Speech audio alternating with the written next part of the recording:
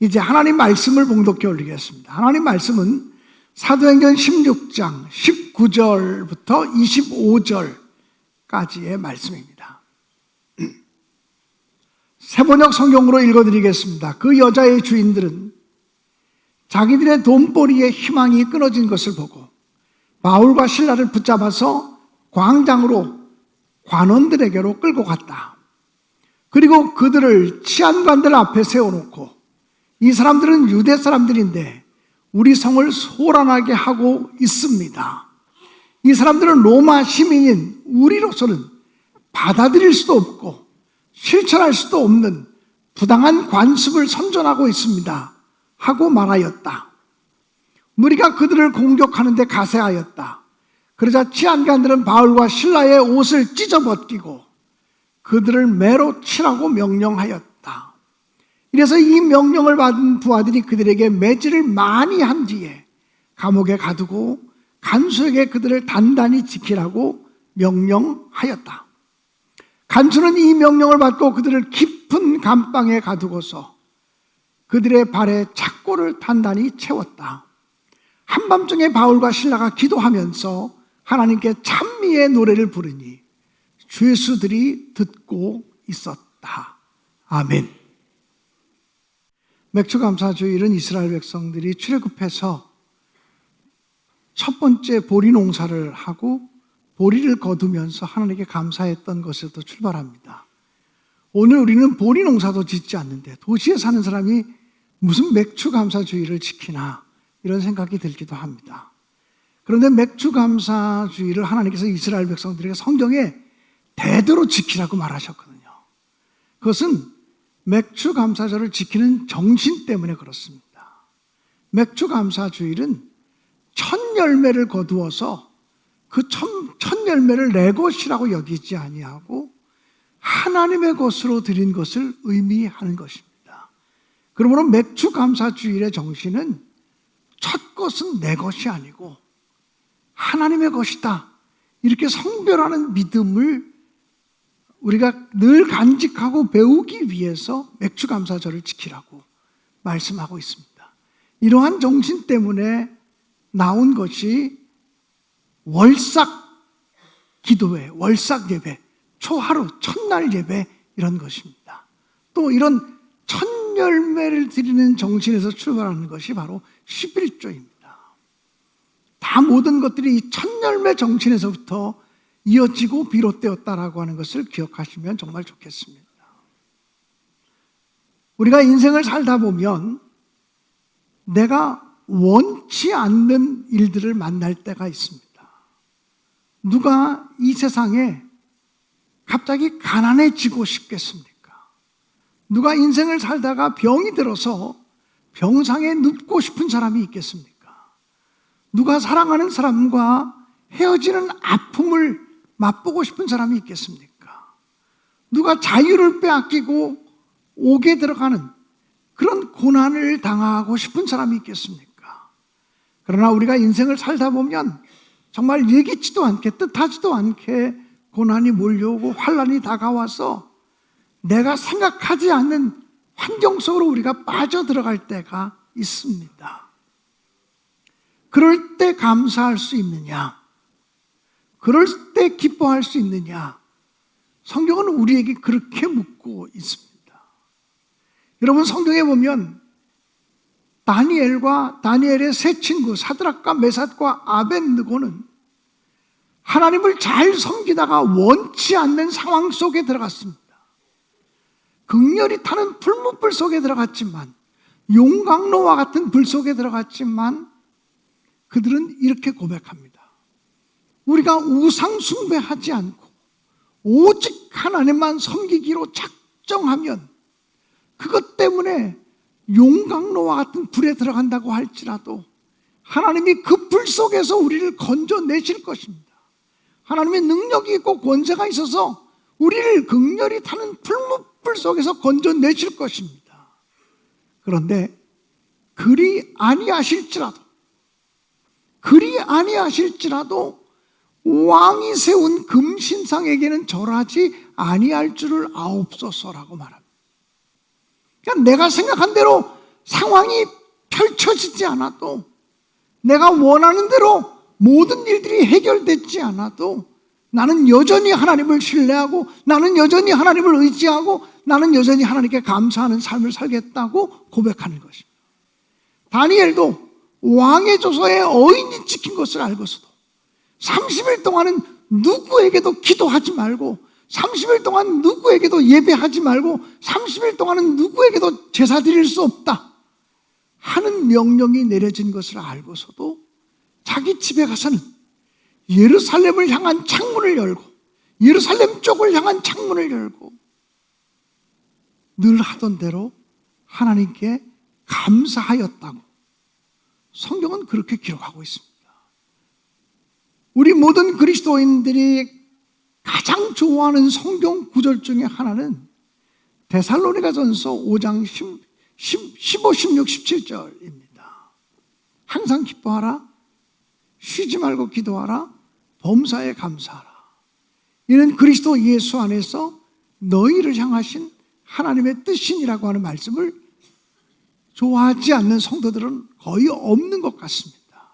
그런데 항상 기뻐하라, 쉬지 말고 기도하라, 범사에 감사하라, 그 말씀을 다 좋아하지만 그 말씀대로 살아가는 것은 쉽지 않습니다.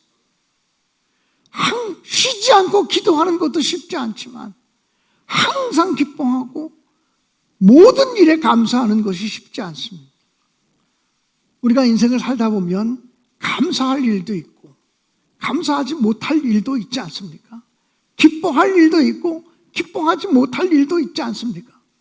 그런데 성경은 항상 기뻐하라고, 또 범사에 모든 일에 감사하라고 말씀하고 있습니다. 제가 오늘 설교 제목을 감사란 무엇인가 라고 정했어요. 정말 진정한 감사란 무엇인가? 한마디로 얘기하면 우리의 형편과 상황을 있는 그대로 수용하고 받아들이는 것이 감사라는 거예요. 내게 펼쳐진 환경을 받아들이지 않으면 우리의 삶 속에는 감사가 없어요. 불평과 원망과 짜증과 분노만 타오를 수밖에 없는 거죠.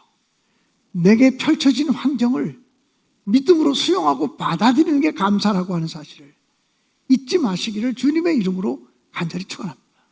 그래야만 범사에 감사, 모든 일에 감사가 가능할 수 있다라고 하는 사실입니다. 멀린 헤로도스라고 하는 사람이 있습니다. 이 사람은 어릴 적 빈민가에서 자라서, 빈민가에서 태어나서 불량 소년으로 자라났습니다. 군대 가서도 그 환경에 적응하지 못하고 탈영을 했다가 붙잡혀서 감옥에 들어가게 되었습니다. 근데 그 사람은 그 감옥 속에서 살아계신 하나님을 만나게 되었습니다. 그 고난 속에서 성경 말씀을 읽다가 생명이신 하나님을 만나게 되었습니다. 그리고 난 다음에 그는 변화되어서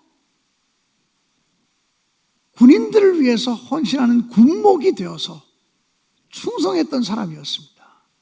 그분이 쓴 책 가운데 감옥 생활에서 찬송 생활로라는 책이 있습니다. 감옥 생활에서 찬송 생활로. 그런데 그 책에 보면 나오는 이야기입니다. 짐이라고 하는 어떤 청년이 있었습니다. 이 짐이라고 하는 청년은 가정적으로 큰 기도 제목을 가지고 있었습니다. 자기 집안의 아버지가 알코올 중독자였고 아주 심한 알코올 중독자라 자기와 온 가족들은 그 아버지 때문에 괴로움을 너무 많이 당하고 있었습니다. 그래서 늘 모이기만 하면 자기 아버지를 위해서 기도했습니다. 30년을 간절히 기도해도 아버지가 변화되지 않았습니다. 그런데 어느 날 교회에서 목사님을 통해서 설교를 듣는데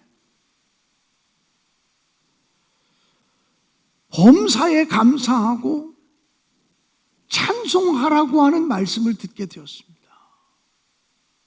모든 일에 어떻게 감사할 수 있을까?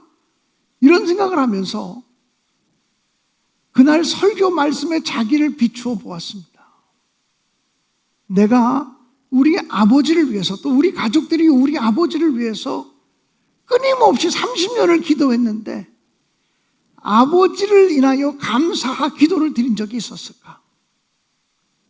늘 아버지가 변화되게 해달라, 우리 아버지 좀 변화시켜달라고 기도는 많이 했는데 우리 아버지 때문에 감사한 기도는 몇 번이나 될까? 헤아려 보니까 자기는 별로 감사를 안 한 것 같아요. 그래서 마음에 결심하기를 아버지 때문에 감사하겠습니다. 그리고 감사의 제목을 찾기 시작하는데 아무리 생각해도 아버지 때문에 감사할 게 없는 것 같아요. 자기는 아주 어릴 때부터 술에 취해 있는 아버지, 술에 쪄들어 있는 아버지, 그 아버지만 보고 자랐기 때문에 아버지 때문에 감사드릴 일이 없는 것 같아요. 그러나 범사에 감사라 그랬으니까 어떻게 감사하면 좋을까 곰곰이 생각해 봤더니 좀 아쉽지만 이런 감사의 제목이 떠오르기 시작했어요. 그래도 우리 아버지는 술을 드셔도 술 주정은 하지 않잖아. 하나님 아버지, 술 주정하지 않는 아버지 때문에 감사합니다. 이렇게 기도하기 시작했어요. 또 술 먹은 사람들은 길에서 쓰러져 잠들기도 하는데 우리 아버지는 기가 막히게 집에 와서 쓰러지니 참 감사합니다. 집에 와서 쓰러지는 아버지 때문에 감사합니다. 이렇게 기도를 하기 시작했어요. 또 아버지를 지켜보니까 아무리 알코올 중독자라도 어떤 날은 술을 안 마시는 날이 있는 거야. 또 어떤 날은 술을 적게 마시는 날이 있는 거야. 그래서 오늘은 술을 안 마셔서 감사하고 오늘은 술을 적게 드셔서 감사하고 이렇게 날마다 아버지 때문에 감사를 드리기 시작했어요. 근데 참 이상한 것은 우리 아버지 변화시켜 주세요. 이렇게 기도할 때보다 아버지로 인하여 감사를 드리니까 자기 마음속에 하나님이 자기 아버지를 변화시켜 주실 것 같은 소망이 생기는 거예요. 어느 날 자기 아버지가 자기에게 잠깐 얘기 좀 하자 그러더래요. 그러더니 내가 얼마 전에 TV에서 봤는데 마약 중독됐던 사람이 예수를 믿고 나서 마약으로부터 완전히 끊어졌다고 하는 간증을 하는 그런 방송을 보았는데 정말 예수 믿으면 마약 중독자들도 끊어지느냐 그렇게 묻더래요. 그래서 이 아들이 말하기를 모든 사람이 그런 것은 아닐지 모르지만 성령님이 강하게 역사하시고 우리 하나님이 못하실 것이 없으니까 믿음으로 기도하고 나가면 마약 중독자라도 끊어지지 않겠습니까? 라고 이야기를 해드렸어요. 그 말 끝에 아버지가 얘기하기를 그럼 나는 마약 중독도 아닌데 술 중독에서 끊어지게 해달라고 기도하면서 예수 잘 믿을 거야. 그러더라는 거예요. 그러더니 얼마 가지 않아서 정말 알코올 중독으로부터 완전히 해방되었다는 거예요. 사랑하는 여러분, 이 이야기를 천편일률적으로 모든 사람이 그렇게 되어질 수 있다고 이야기할 수는 없어요. 그렇지만 하나님의 능력이 함께 하시면 어떤 중독도 마약 중독이든 또는 술 중독이든 어떤 중독도 하나님이 우리를 벗어나게 하시고 우리로 하여금 죄악을 벗어나게 하시고 승리하게 하실 것을 분명히 믿습니다. 근데 그 아들 짐이라고 하는 사람은 그 책에서 고백하기를 참 이상한 것은 우리 아버지가 변화되게 해달라고 30년을 기도해도 해결되지 않던 문제가 아버지로 인하여 감사 기도를 드리기 시작할 때 그때서야 하나님이 일하셨다 이렇게 고백하면서 감사할 수 없는 상황 속에서 감사하면 하나님이 역사하시고 하나님이 일하시고 하나님이 움직이시는구나라고 하는 사실을 발견하게 되었노라고 고백을 했습니다. 사랑하는 성도 여러분, 오늘 성경 본문으로 선택한 말씀이 바로 바울과 실라의 이야기예요. 바울과 실라가 제2차 전도 여행 때 빌립보라고 하는 곳에 가서 복음을 전했어요. 그리고 빌립보라고 하는 이 도시에서 귀신 들린 여종을 고쳐주었어요. 물론 바울과 실라가 고친 것은 아니고 하나님의 능력이, 병 고치시는 하나님의 능력이, 귀신을 쫓아내는 하나님의 능력이 바울과 실라를 통해서 그 여종에게 나타난 거죠. 그래서 귀신 들린 여종이 고침받게 되었어요. 그런데 그 빌립보 성에는 귀신 들린 여자를 자기 집에 고용해서 점치는 것으로 돈을 벌어먹는 사람이 있었어요. 근데 이 사람의 입장에서는 이 여종이 귀신 들려야 계속 점을 치고 그 여인을 통해 돈을 벌어들일 수가 있는데, 그 여종이 귀신이 나가서 멀쩡해졌으니 돈 벌 수 있는 길이 막힌 거예요. 그래서 빌립보 도성에 있는 그 사람이 바울과 실라를 관가에 끌고 가서 고소하죠. 이 사람이 우리 빌립보 사람들이 듣지도 못하고 배우지도 못할 이상한 교훈을 가르친다. 그리고 사람들이 거기에 합세하니까 막 많이 때리고 그랬어요. 그래서 빌립보 관원이 그 바울과 실라를 잡아다가 옷을 찢고 많이 때리고 옥에 가두었다 그랬어요. 성경에 보니까 깊은 옥에 가두었다고 하는데, 깊은 옥은 로마 시대에는 고문실이 딸려있는 감옥을 깊은 옥이라고 표현했다 그래요. 그러니까 분명히 바울과 실라는 예수 그리스도를 증거하다가 또 귀신 들린 여종을 고쳐준 것 때문에 누명을 뒤집어 쓰고 고문당하고 많이 매맞고 감옥에 갇힌 거예요. 그런데 성경을 보니 밤중쯤 돼요. 바울과 실라가 기도하는 가운데 하나님을 찬송하니 그 감옥 속에 있는 모든 죄수들이 듣게 되었다고 기록하고 있어요. 그 상황에서 찬송할 수 있습니까? 그 상황에서 감사할 수 있습니까? 그 상황에서 다른 죄수들이 들을 만큼 큰 소리로 당당하게 하나님을 노래할 수 있습니까? 믿음 아니고서는 불가능한 일이에요. 지금 자기에게 펼쳐진 상황, 억울한 일들, 그것을 그대로 믿음으로 수용하고 받아들이로 결정한 거예요. 이게 진짜 감사라는 거예요. 내가 다 이해되지 않아도 내게 펼쳐진 일들을 수용하고 그 상황을 수용할 때 비로소 범사 감사가 나오고, 그럴 때 하나님께서 우리를 통해서 일하실 줄로 의심 없이 믿습니다. 여러분, 마태복음 14장에 보면 예수께서 오병이어의 기적을 일으키는 사건이 나와요. 보리떡 5개와 물고기 2마리로 5,000명을 먹이고도 12광주리를 거두는 기적을 일으키시는데, 예수님께서 먼저 그 5,000명의 무리들을 앉게 하셨어요. 그리고 떡을 가지고 축사하신 후에 제자들에게 나누어 주셨다 그랬어요. 그 축사라고 하는 말이 헬라어로 유카리스트라고 하는 단어인데, 이 유카리스트라고 하는 단어는 감사 기도를 드리셨다는 말이에요.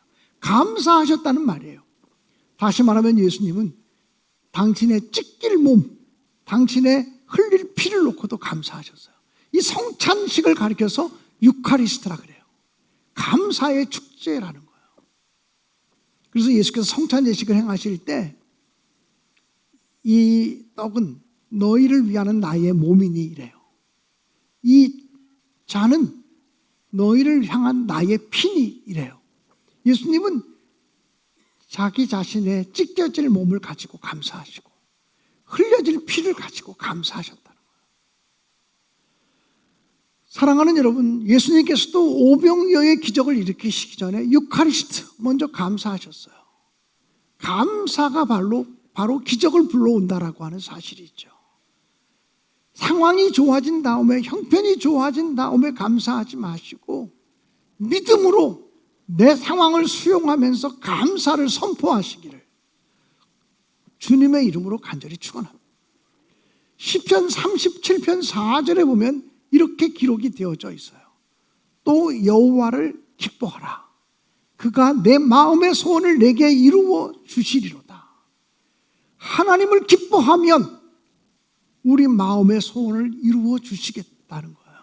그러니까 하나님을 기뻐하지도 않으면서, 하나님께 감사하지도 않으면서 입술로 구하는 기도를 하나님이 들으시는 것이 아니라 우리 마음속에서부터 하나님을 기뻐하고 하나님을 찬양하는 마음이 있으면 그 기도를 하나님이 들으신다는 거예요. 우리 마음의 소원을 다 들어 응답하신다고 하는 사실이죠. 여러분, 찬양하다라고 하는 말은 우리는 노래하다라고 하는 말로 이해하고 있지만 사전적인 의미는 칭찬하다, 갈채를 보내다라고 하는 말이에요. 그래서 북한 사람들은 노래하지 않으면서도 김일성 동지를 찬양합시다 이러잖아요. 그게 칭찬하고 존경하고 박수갈채를 보내고 그런 의미고요.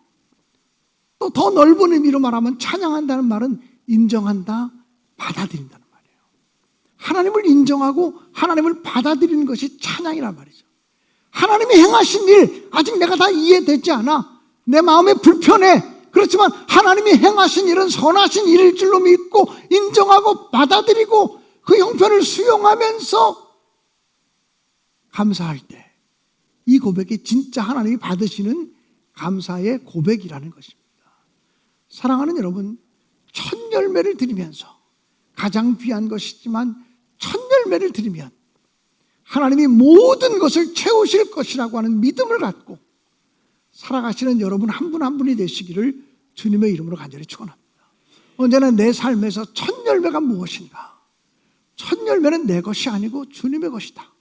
첫 열매를 하나님께 드릴 때 하나님이 더 좋은 것으로, 더 귀한 것으로 채우신다는 믿음을 가지고 평생을 살아가시기를 주님의 이름으로 간절히 축원합니다. 이 설교 준비를 하면서 제 마음속에 흥얼거려지는 찬양이 있었어요. 모든 상황 속에서 주를 찬송할지라. 주는 너의 큰 상급, 큰 도움이시라. 주의 얼굴 구할 때 주의 영을 부으사 크신 사랑 안에서 주를 보게 하소서. 내 영혼이 확정되고 확정되었사오니 믿음의 눈들어 주를 바라봅니다. 내 영혼이 확정되고 확정되었사오니 믿음의 눈들어 주를 바라봅니다.